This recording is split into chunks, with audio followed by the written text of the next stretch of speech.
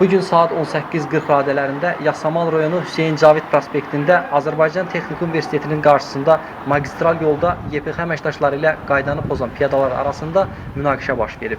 Belə ki, YPX əməkdaşının xəbərdarlığına qaydanı pozan piyada yumruq zərbəsi ilə cavab verib. Bundan sonra münaqişə daha da böyüyüb. Ətrafdakı vətəndaşlar da münaqişəyə müdaxilə ediblər. Hadisə yerinə əlavə polis qüvvələri cəlb olunub. Uzun sürən mübahisədən sonra YPX əməkdaşına hücum edən piyada polis bölməsinə aparılıb.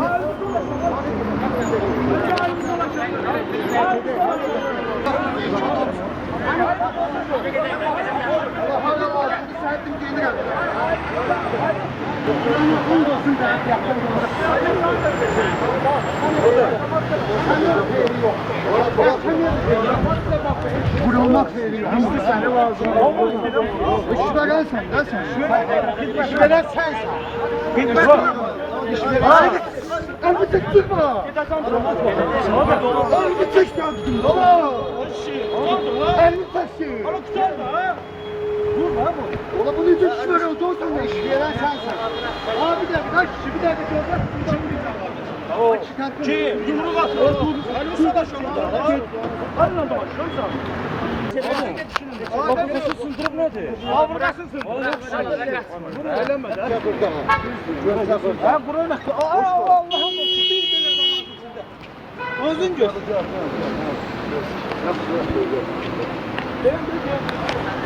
Ha bunu bırak, hep atsan yoktu. Akşam ana yapacak.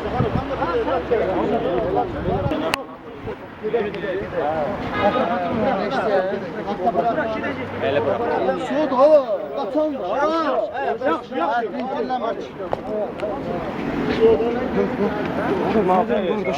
Sen hamdolsun Allah'a diye yalvardım ki xahiş ediyorum. Kim olsun ha? Yok Kur'an anlasın. Otur yanında.